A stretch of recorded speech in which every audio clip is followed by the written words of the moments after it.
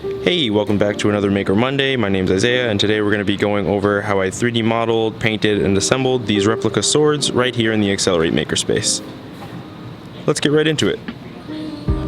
First, we're going to hop into our CAD software of choice. For me, I like to use Fusion 360. You can 3D model your part, and then you can send the files to the Makerspace where the lab technician will 3D print them for you.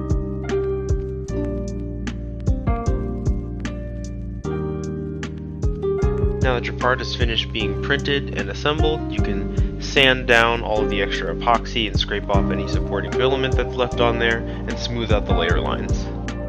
Next, we put on some primer. This will immediately be followed by a full coat of black paint. The primer gives the paint something to stick to, which is really important when you're trying to spray paint a 3D printed part. They tend to not actually like paint sticking to them, so you gotta put some primer on there first.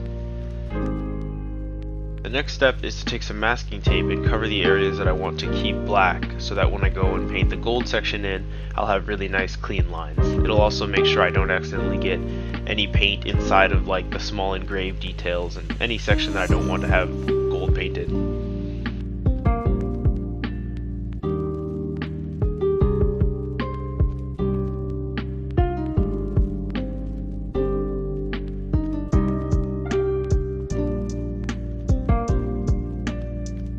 Now to finish it up, we're going to come in with a paintbrush and paint in the little tiny details like the engraved sections, the little different colors within the handle, any other kind of little battle damage and worn features that we want to add to it.